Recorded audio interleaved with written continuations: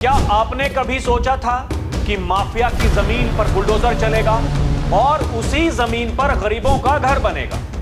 जो पहले कभी नहीं हुआ, आज वो उत्तर प्रदेश में हो रहा है, जिसके मुखिया हैं योगी आदित्यनाथ। योगी ने कहा था, कब्जा किसी ने भी किया होगा, वो कोई भी होगा, उसे छोड़ूंगा नहीं। और जैसा योगी ने कहा, ठीक वैसा ही होता दिखाई दे रहा है। माफिया हटा, जमीन समतल हुई और गरीबों को छत मिल गई। पहले कब्जा होता था, सरकारें डरती थी, आज कब्जा हटता है, सरकार घर देती है। माफिया की जमीन अब गरीबों के नाम हो रही है। आज उत्तर प्रदेश में वो हो रहा है जो कभी किसी ने सोचा ही नहीं था। कब्जा कोई भी करेगा, कोई भी होगा, उसको छोड़ूंगा तो नहीं।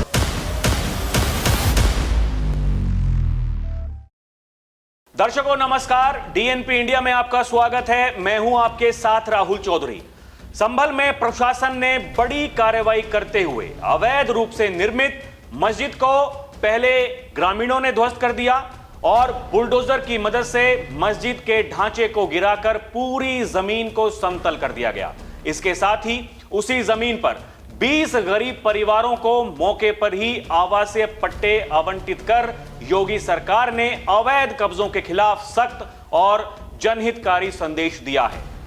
आपको याद होगा, इससे पहले लखनऊ में डालीबाग हजरतगंज इलाके में माफिया मुख्तार अंसारी के कब्जे से मुक्त कराई गई लगभग 2322 वर्ग मीटर की कीमती जमीन डीजीपी आवास के पास सरदार वल्लभ भाई पटेल आवासीय योजना के तहत 72 ईडब्ल्यूएस फ्लैट बनाए गए।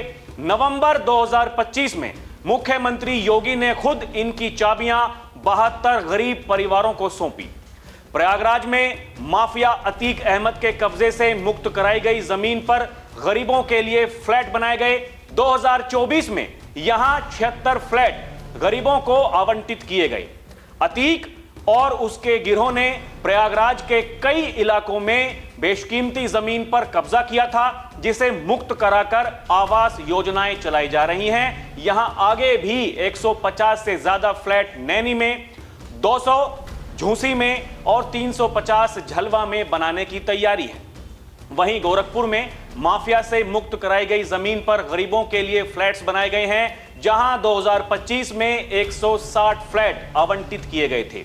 योगी सरकार की जीरो टॉलरेंस नीति के तहत प्रदेश भर में माफियाओं से हजारों एकड़ जमीन मुक्त कराई गई है और नीति स्पष्ट है कि माफिया की कोठियां जहां गरीबों के अब घर बनेंगे। यह अभियान 2017 से चल रहा है, लेकिन हाल के वर्षों 2024-2025 में लखनऊ और प्रयागराज जैसे प्रमुख शहरों में बड़े पैमाने पर घर बनाकर सौंपे गए हैं।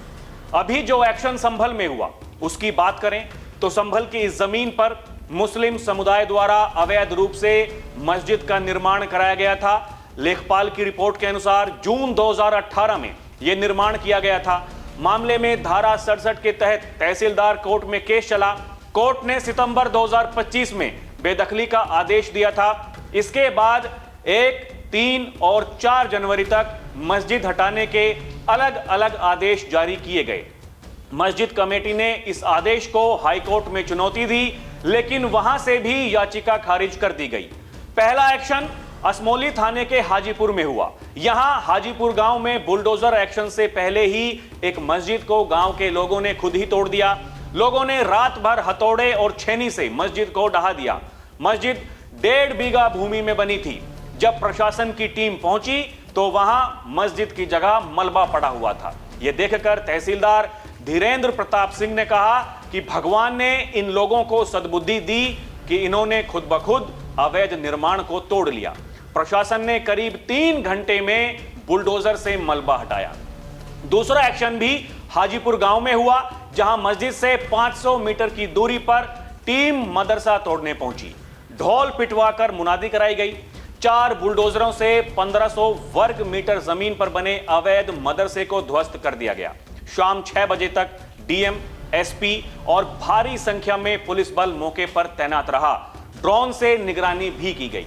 तीसरा एक्शन मदरसे से करीब 11 किलोमीटर की दूरी पर असमोली थाने के राय बुजुर्ग गांव में हुआ, जहां 2 बुलडोजर से 552 वर्ग मीटर में बनी मस्जिद को तोड़ा गया।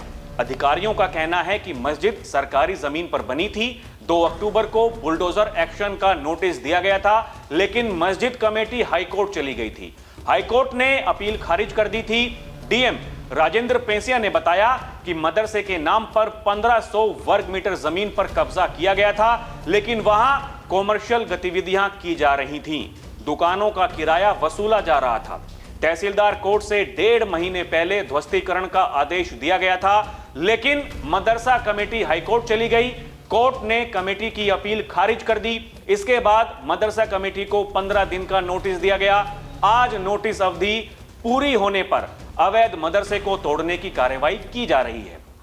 वहीं तहसीलदार धीरेन्द्र प्रताप सिंह ने बताया कि 14 जून 2018 को लेखपाल ने रिपोर्ट दी थी कि हाजी शमीम ने सरकारी भूमि पर अवैध कब्जा कर मस्जिद का निर्माण कराया।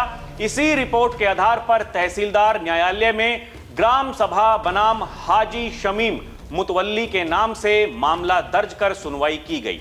डीएम राजेंद्र पेंसिया और एसपी कृष्ण कुमार विश्नोई भी मौके पर पहुंचे। ध्वस्त जमीन पर 20 चयनित लाभार्थियों को पट्टे बांटे। इनमें 10 अनुसूचित जाति और 10 अन्य पिछड़ा वर्ग के लाभार्थी शामिल हैं। डीएम ने बताया कि 25 साल पहले इस जमीन पर अवैध कब्जा कर मस्जिद बनाई गई थी। तहसीलदार कोर्ट से पहले ही ध्वस्तीकरण का आदेश हो गया था, पर जैसे कि मैंने आपको बताया कि मस्जिद कमेटी हाईकोर्ट गई और फिर हाईकोर्ट ने भी ध्वस्तीकरण आदेश पर सहमति जताई थी। डीएम ने बताया कि आज अवैध निर्माण तोड़ना था, पर बुलडोजर पहुंचने से पहले लोगों ने खुद उसको तोड़ डाला। इस अवैध अतिक्रमण के खिलाफ कुल मिलाकर 58 लाख का जुर्माना लगाया गया था, जिसमें से मस्जिद के मौलाना मुतवल्ली पर 8.78 लाख रुपए का जुर्माना लगा था। इसके बावजूद अवैध निर्माण नहीं हटाया गया। अवैध निर्माण हटाने के लिए एएसपी, 2 तहसीलदार, 1 सीओ, 6 कानूनगो और 24 लेखपालों की टीम गठित की गई थी। वहीं दूसरी तरफ संभल में बिजली चोरी के कई मामले सामने आने के बाद बड़ी छापेमारी की गई है। इस दौरान संभल के डीएम, एसपी और बिजली विभाग के अधिकारी मौके पर मौजूद रहे। छापेमारी के दौरान यह सामने आया कि तमाम लोग कटिया डालकर बिजली चोरी कर रहे थे और 40 से 50 घरों में इसकी सप्लाई हो रही थी। संभल में बिजली चोरों ने चोरी के लिए नई तरकीब लगाई थी। ये लोग पहले मेन लाइन में बिजली के खंभे से कनेक्शन लेते हैं, फिर बिजली के तार को सड़क किनारे जमीन से निकालते हैं। तार को छुपाने के लिए उस पर कचरा डाला जाता है और फिर दीवार के बीचों बीच छेद करके घर के अंदर तार डाल दिया जाता है। इस तरह से लोगों के घर फ्री में बिजली इस्तेमाल की जा रही थी। संभल प्रशासन ने आज इसी तरह चोरी की जा रही बिजली के कई कनेक्शन काटे हैं। संभल के राय सत्ती इलाके में आज सुबह संभल पुलिस प्रशासन और बिजली विभाग ने बिजली चोरी के इनपुट्स पर छापेमारी की। संभल के एसपी के विश्नोई, डीएम राजेंद्र पेंसिया भी बिजली विभाग की टीम के साथ गली गली पैदल गए। इस दौरान आसिफ नाम के एक शख्स के घर में बिजली चोरी के इनपुट पर दरवाजा खटखटाया गया।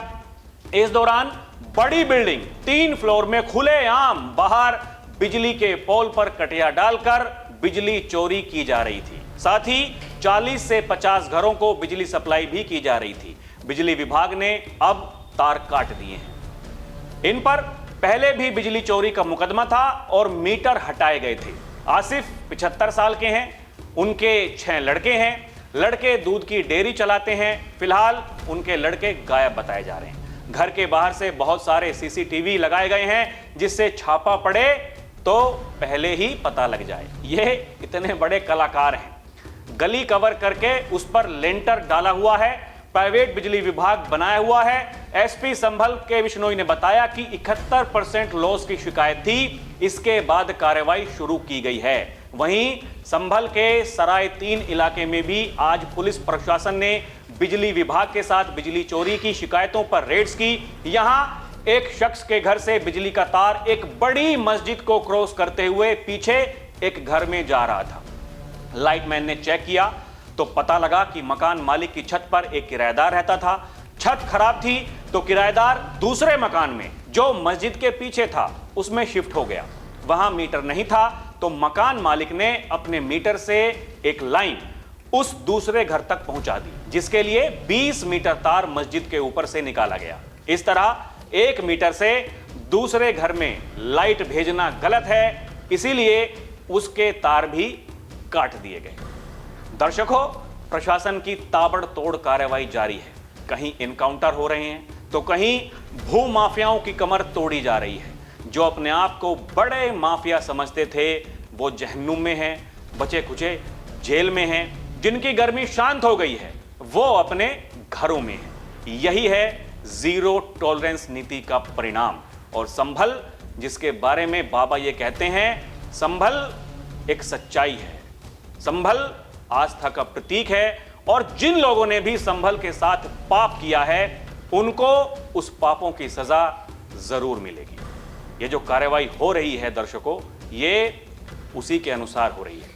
आपको क्या लगता है हमें कमेंट करके जरूर बताइएगा। अभी के लिए इतना ही। आप देखते रहें डीएनपी इंडिया, हर खबर भरोसे के साथ। नमस्कार, जय हिंद।